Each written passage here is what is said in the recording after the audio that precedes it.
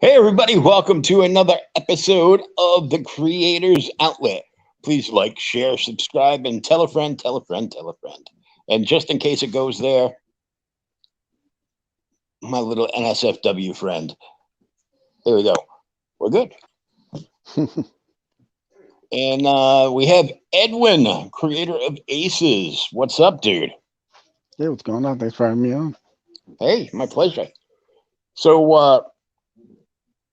why don't you let everybody know a little bit of your background story and how you got here? Sure. Uh, Name's Edwin Acevedo. I am a lifelong comic book fan. I discovered comics in the early 90s. Got into Spider-Man, X-Men back when Jim Lee and Will Portacio were drawing it. Mm, Really kind of changed my life, picking up those the Bishop origin. It's his first like debut like storyline was completely captivating to me. I had no idea who any of these characters were or their backstory, but the art was so good, just made me want to learn more. So yeah, I've been basically reading comics for the most part since then. I've taken a couple breaks here and there, a couple years, but it's always drawn me back in one way or another. And yeah, I am the writer and creator of the Ace Volume One, which was crowdfunded on Indiegogo last year successfully. Thanks to everybody who backed it. And now I'm coming back with Volume Two, launching April 24th. nice.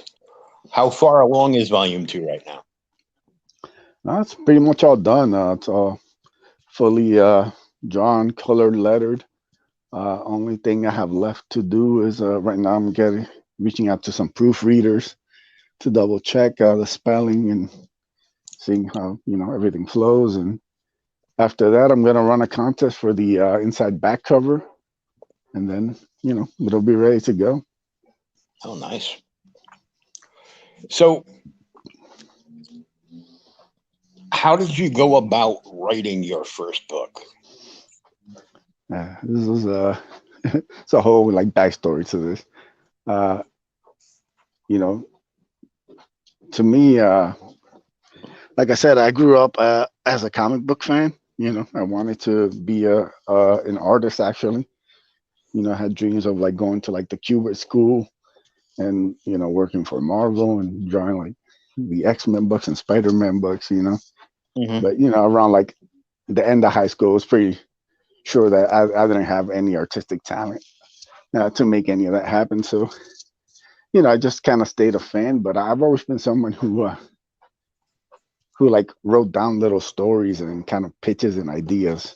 Even they really weren't meant for anybody but me.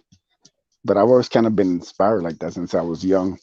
When I was first trying to learn how to draw, I would create my own kind of knockoff characters and write little stories and origin and backup kind of stories for them and stuff. Like Hmm. kind of just draw them roughly. So that's always kind of been a part of me. And even through the years, once I kind of became an adult and stuff, like I always had different ideas that I would write down and stuff. And then eventually, Comicsgate came about. And, like I said, I kind of fell out of love with the big two in mainstream comics. And I kind of found this new outlet of independent creators kind of making their own comics. And that really kind of re-inspired like that idea of wanting to create again. At this time as a writer instead of like an artist. So yeah, the Ace Volume One was a couple years in the making. It basically started off as an idea by Sweens, who ended up coming up with how the armor looks and everything, Hmm. and that was just gonna be like a little kind of like avatar for me. And he did such a like a great job and such like a detailed job that it just kind of felt like there was more to it. And that's when I started kind of playing around with like a backstory and kind of set up everything. It was really like probably like 2.5 years probably before I ended up launching the Indiegogo. So I had a lot of time to really kind of work on the backstory and the idea for what the first issue would be. So it's been a pretty while I'm progress. Just trying to learn from people and getting their feedback before eventually just pulling the trigger and getting it crowdfunded. Yeah, opposed to what a lot of people think. You don't just sit down and write a comic and some dude draws it and then you just make it. Yeah, no, not at all. It takes a long, long time. Yeah. There's a lot of fleshing out, and if you're a writer, then you have the search for artists, and some people are lucky enough that they're friends with artists that are working, that can actually do good sequential art, and then you have to you're going to find a colorist and possibly an inker and a letterer and editors, and it's a full-time job, Yeah. in and of itself. It's not but it's just, no, comics not just for kids. No, not at all. As I steal that tagline from DC from back in the 80s when uh, they were still putting out good stuff. Uh,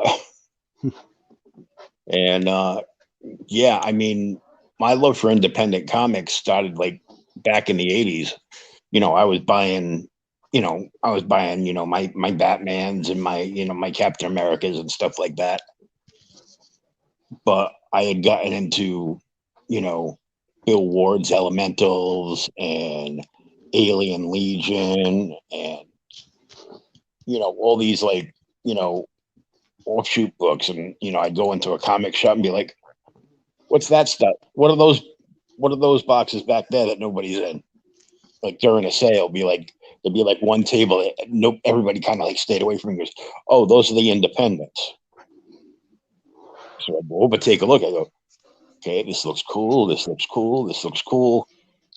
Now I got, early Mike Grell, his first John Sable run, and because all those guys that we loved when we were kids growing up all started out, in the indies, and now with crowdfunding, it's a whole different thing. Yeah, for sure. So, who was the first person that you backed?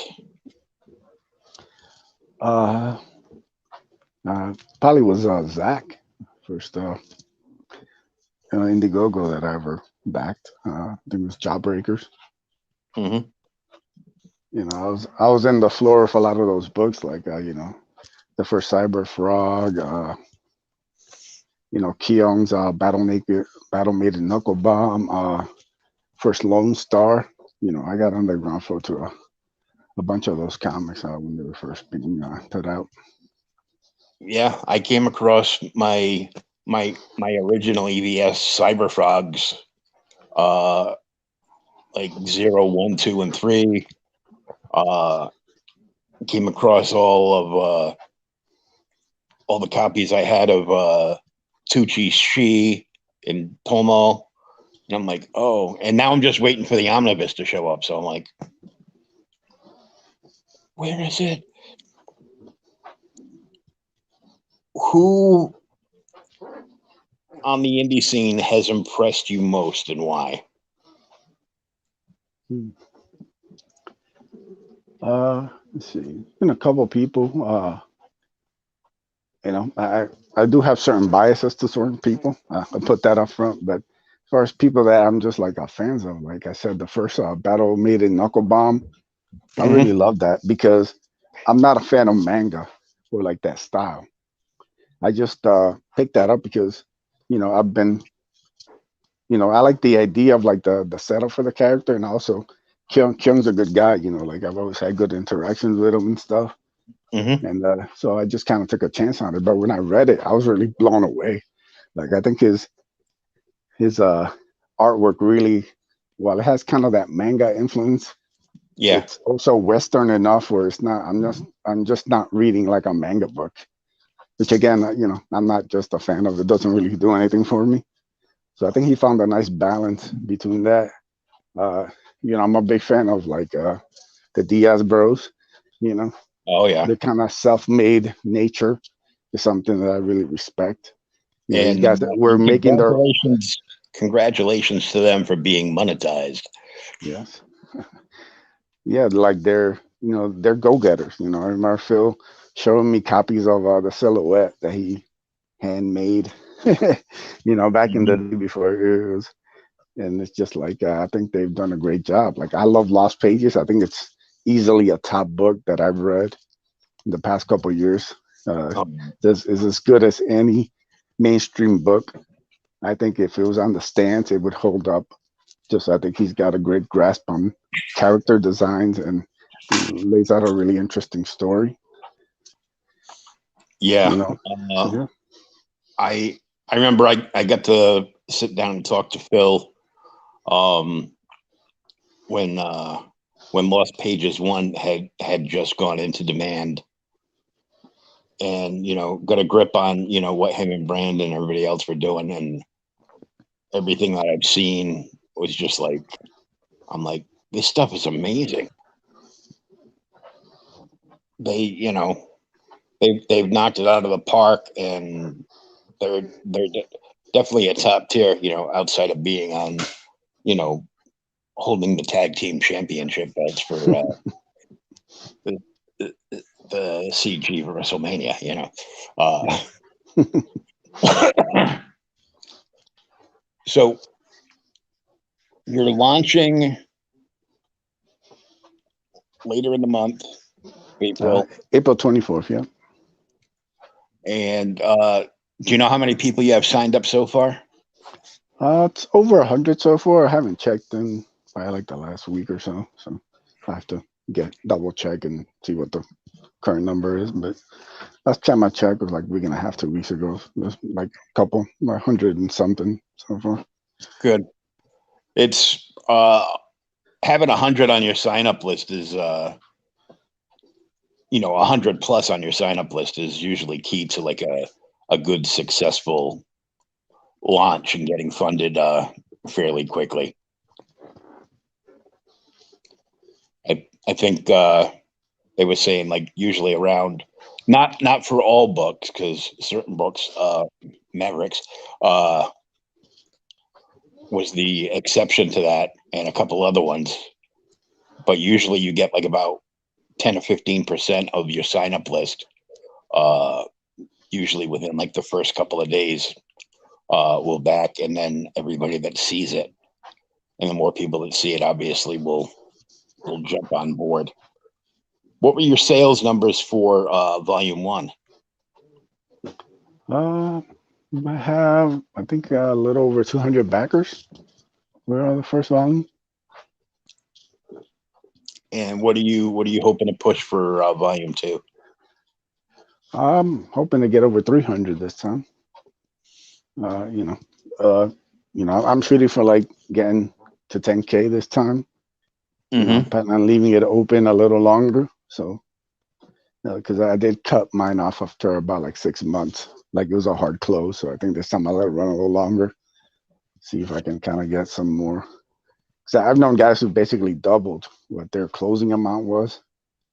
I know guys who've done like 5, 6, and then by the time they close up, they're like at 12, 13. Yeah, So, that's it doesn't work for everybody, but I think I'll try it out this time. If it doesn't hit, then I'll go back to like a hard close again. You got to try different things. So, now. Are you planning on doing some sort of catch up tier for people that didn't get volume one? yep, you'll have second printing of volume one. It's going to have a brand new cover by Joe Ball. Oh, So nice. I'm very excited about that. Yeah, so I think if you like Joe Ball, I think you'll love that. So I think it's some of his best work. Yeah, Oh blew it yeah, out the water. So I love Joe's work. He's got his book, and I know he's got some work on Passions magazine coming up. Tales of Terra Nova. yeah, but Tales of Novatera definitely. He has some amazing spreads. I've seen a lot of the pages because I wrote a story on the book, so I've kind Yeah, of gotten some of the behind the scenes. So I've seen like the 2-page spread that it's going to be a print. it's insane. Like you can get lost just staring at it. I I remember like know. he showed it on camera, just holding it up, and I'm like, Joe, that's people got to see this, man. That's insanity. His detail work is like insane, Yeah. and it's all traditional. Hmm.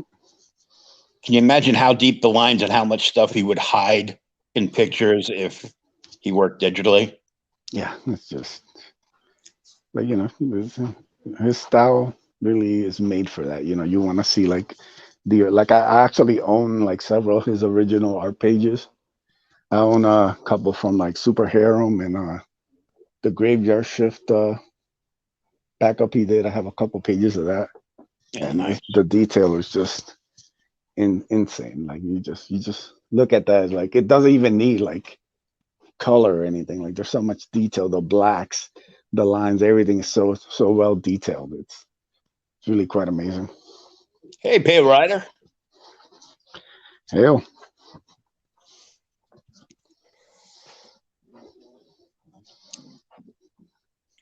Now, I want to ask without giving out too much because obviously the launch is a little ways away.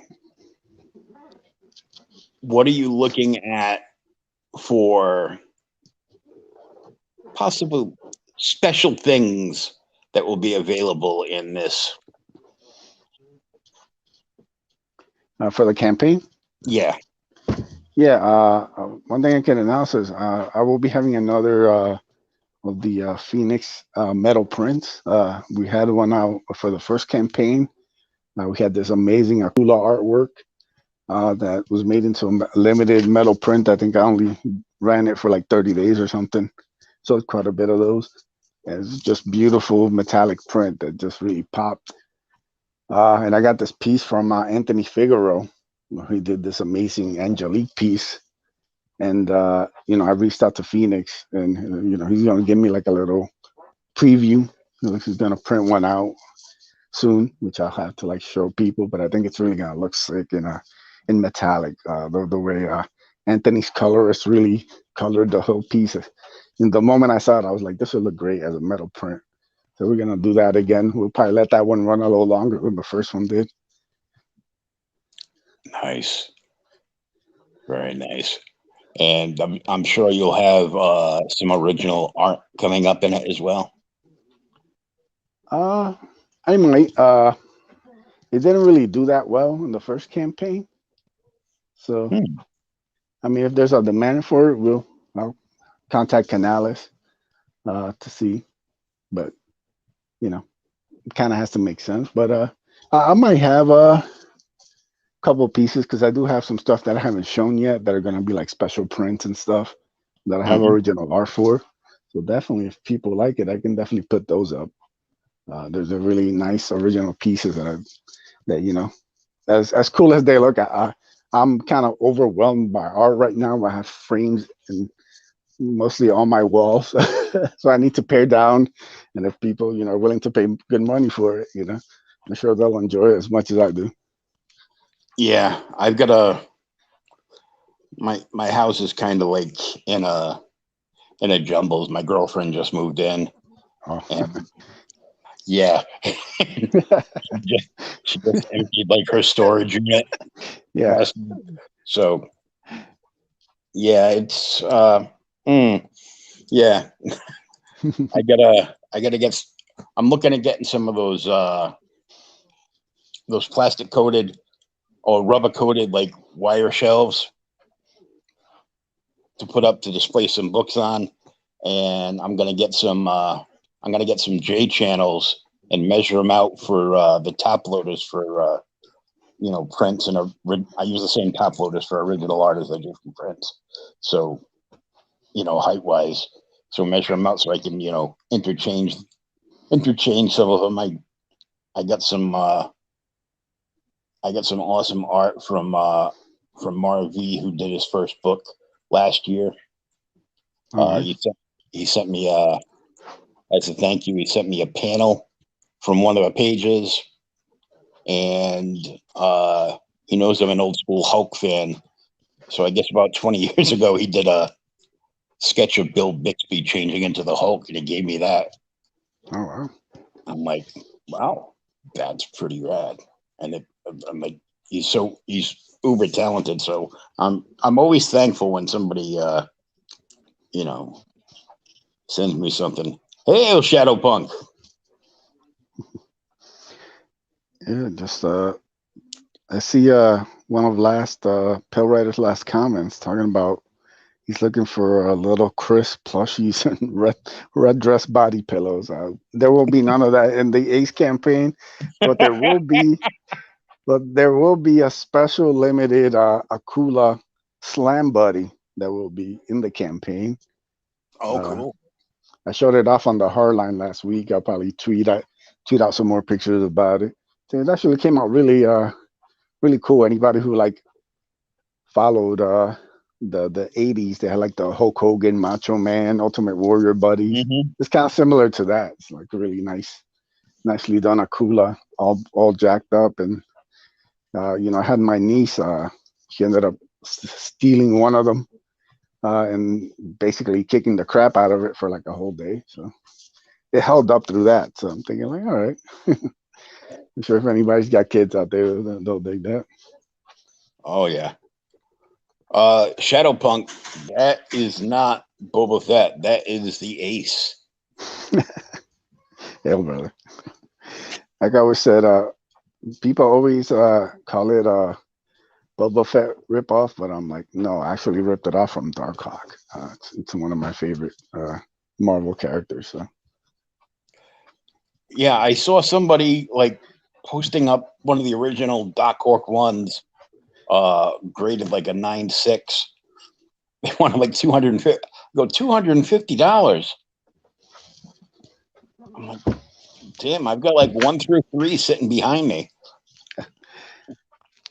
yeah, I or maybe mean, it's 1 through 4. it would depend because like I mean they're plentiful, but grabbing like really good like 9.5s of those is actually pretty hard. Uh, I've had multiple copies throughout the years of like the first couple, and Hmm. they're always a bit dinged up, so you can grab them for like a buck, 125 or something. It's kind of Oh, hard to find like really crisp ones. yeah, I'd be thrilled if somebody turned around and gave me $50 for mine. Jeez. But yeah, because they've all got like spine ticks and everything on them. But Yeah, just like the people, especially back then, they were thinking like, "Oh, Darkhawk #1 is gonna be valuable." So I would have keep it pristine. That was a little later on with like the death of Superman and stuff like that. That yeah, people kind of went crazy, bagging and boarding and sealing and just keeping everything pristine. Back then you're just like, hey, you're just picking up a comic book, you read it when you're in the toilet. You don't throw it around. You give it to your friend. yeah. You I know, mean, I'm just old. I'm 52, and we used to go up to the local five and dime, hit the spinner rack, grab 1 or 2 comics, roll them up, put them in our back pocket, hop on our bikes, and head down to the field and sit there reading comics, swapping them back and forth. So it's like, well, I can't afford to buy 6 comics. I only got like a buck. Man, I miss 1970s prices. Woo! oh man, I'm telling you what, to me, once they went past like 125 or 150 for like special annuals, my comic consumption became less and less. Yeah, and now it's like, you know, $8 or $9 for an issue. I'm like, what the hell? Yeah, $4 for like a 20-page comic with ads Yeah, isn't exactly a bargain. it's like 24 pages. I'm like, and I'm like flipping through because I like bronze and some of the copper age and silver, of course. One of my favorite Batman runs was Brave and the Bold because it was him teaming up with all the different characters throughout their Yeah, universe, and it was pretty cool. And I got one. Every once in a while, they would do like 100-page special. So they put the new story, and then they would reprint like 3 or 4 other stories from DC in it, and backups with like Dead Man or character, some of the Mystic characters or whatever. And it was 60 cents for 100 pages. Wow. Now 80 pages cost you like 10, $12. Yeah. I'm like, I would rather go fill holes in my in my bronze or silver age, because I'm more than fine with VGVF books.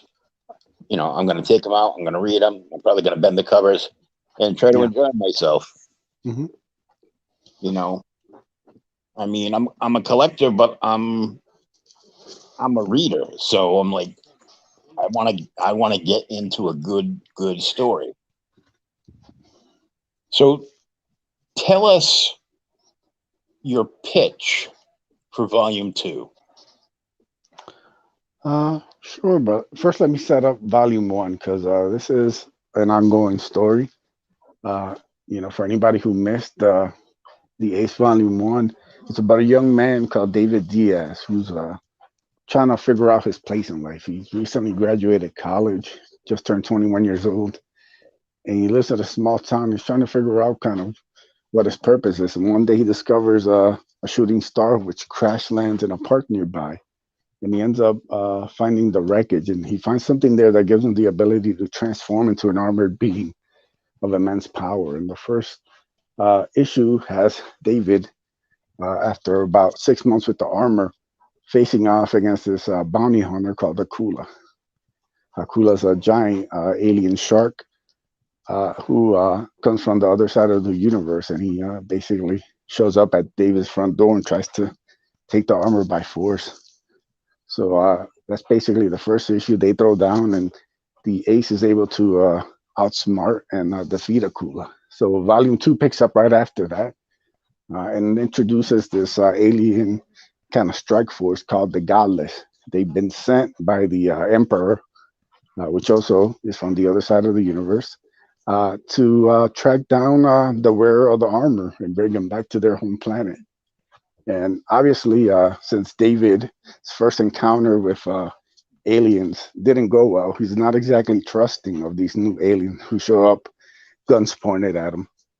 So, that's part of the challenge there. And then also, he ends up meeting Angelique, which is kind of the new big threat in volume two. And she also wants the armor. The reason is this armor is kind of well known, powerful, and very old. A lot of aliens would like it for their own means. So David, by taking on the armor, has basically wound himself in a big pile of stuff. So he's got to learn to navigate dealing with all these threats and all these aliens, and kind of figure out who to trust and who not. And yeah, this is a continuing series about his adventures. So yeah, that's the Ace Volume Two. Yeah, I'm pretty much not very trusting of anybody that comes up and points a gun at me. So Yeah. I'm like, mm-mm. Yeah, the cool thing is about this is like, when we set up David, his world is basically normal. There are no superheroes, there's no superpowers, there's no aliens, there's nothing. He lives in a normal world like ours. And then once you introduce Akula, you basically let him know that there's this whole other side of the universe with different aliens and different hierarchies and powers and different things that he has no idea even existed. And now he has to basically navigate himself through all these first encounters. And I think that's like a different kind of fun hook for like the story. Yeah, he finds the armor. Now, is it a suit of armor, or is it just a power that transforms him?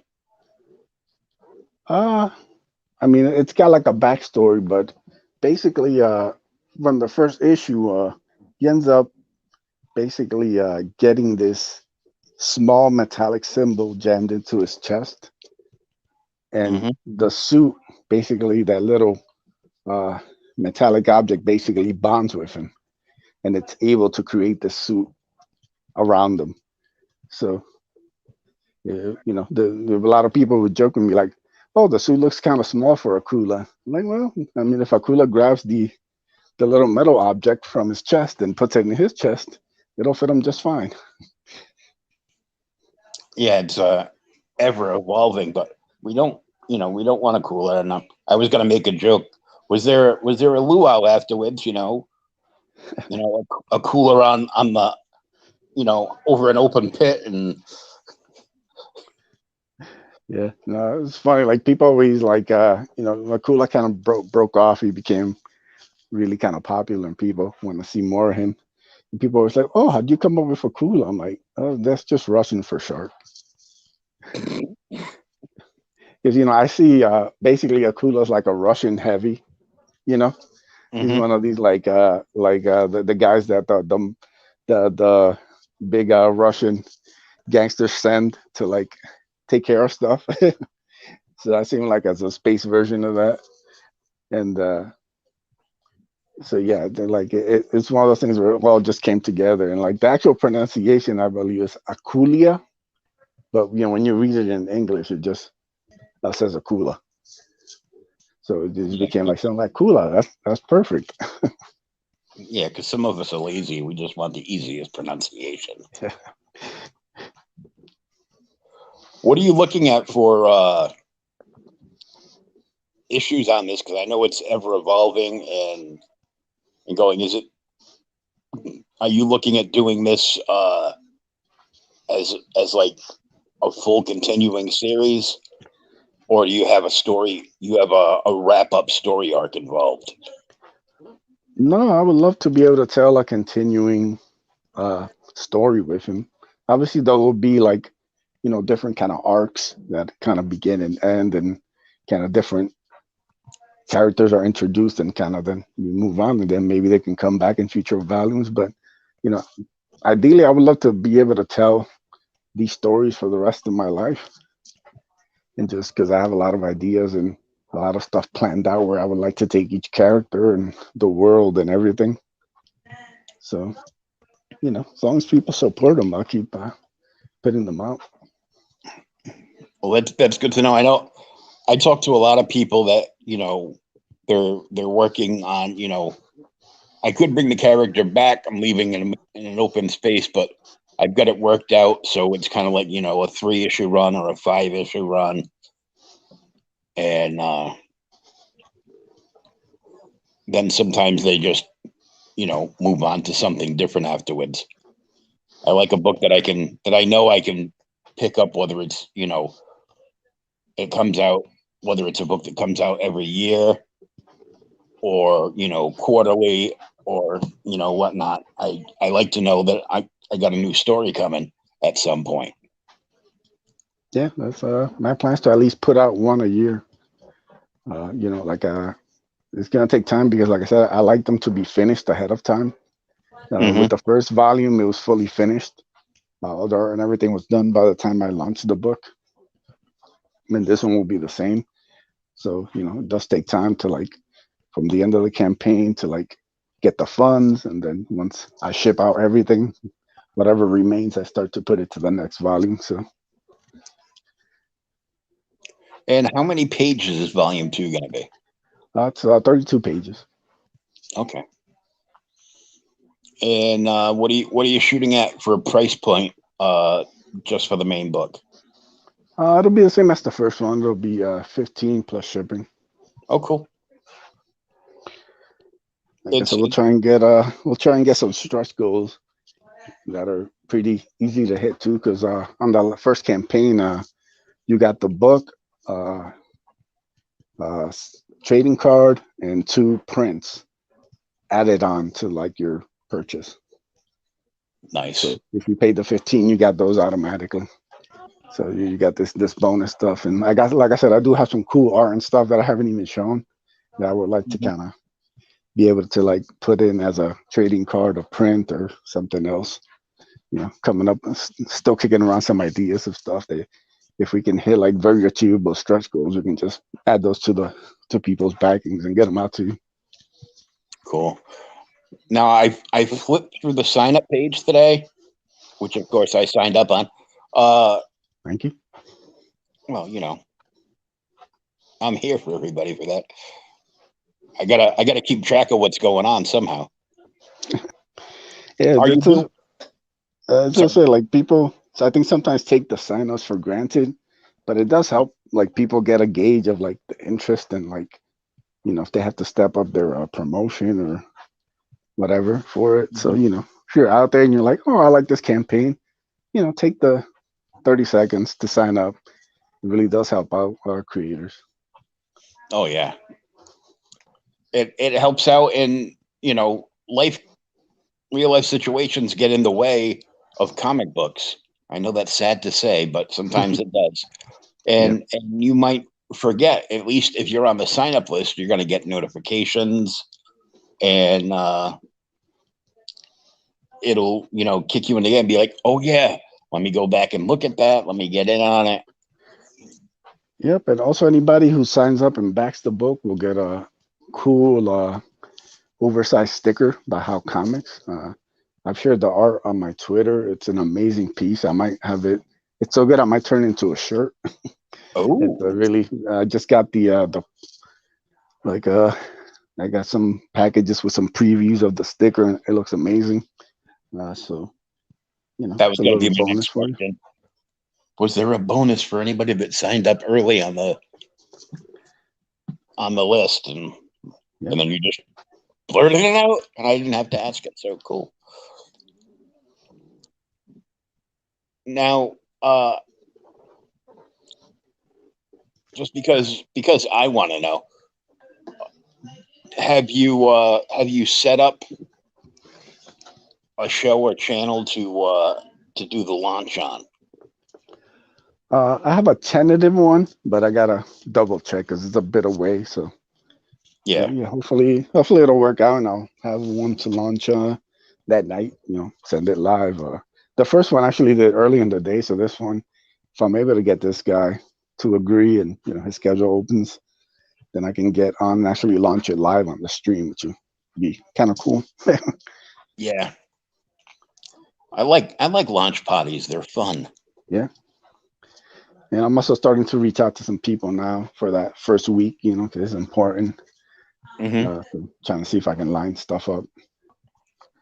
Yeah. One of those things, man. Like people, like if you're setting up a campaign, you want to give yourself as much time as possible because there's a lot of stuff, a lot of tiny, boring details nobody ever tells you that you have to do before you get ready to launch. So Oh yeah. yeah, Is nice. uh, my head just spins because I've heard the horror stories Hmm. of people forgetting certain things that they really didn't want to forget, Yeah. and how their head was spinning off their shoulders, and they were just packing ice on top of their head to cool their tempers from driving them insane. Yeah, I mean, especially the Indiegogo launch page itself is a chore. Oh, you know, like they don't make it easy on you to set up a campaign. Like it's not just filling out your own personal information and getting your bank account and everything set up. The actual tiers, the fact that they don't have an easy way to size images, so you have to oh, size them yourself and then load them and make sure they look okay on the page. Just it's going to be a process. Huh? yeah, it seems like it's a week-long process just to do the page, Yeah. and that's if you got all your stuff together. Hmm. But well, I want to encourage everybody to follow Edwin over on Twitter. Why don't you let everybody know your Twitter handle so they can come over and follow you and know what's going on with you and the project? Yep. You can follow me at Edwin Aces. Twitter's the place that I hang out at the most. I usually preview different art, different tiers. Basically, anything that you want to know firsthand of the project, I'll usually share it on my Twitter first. So you can feel free to give a follow and check it out. And go over and sign up for the mailing list now. You can also find the mailing list is in the show notes, either up above or down below, wherever you're watching us. And I want to thank Edwin for coming on, hanging out, and chatting up some Ace talk, and letting Shadow Punk know that it wasn't Boba Fett. Yeah, man. Thanks for having me on. I know, you know, I've taken a little break from streaming myself. I'm looking to probably fire it up once the campaign starts. But it's not easy getting all these creators on streams, and when you got your own stuff going on. So it's always appreciated. And like I said, I'll probably look to have my channel start kicking up again, probably in the next month or so. So stay tuned. Cool. Well, thanks to everybody, and we'll catch you later. Make sure you sign up for Aces, and that launch is April 24th. Yes, sir.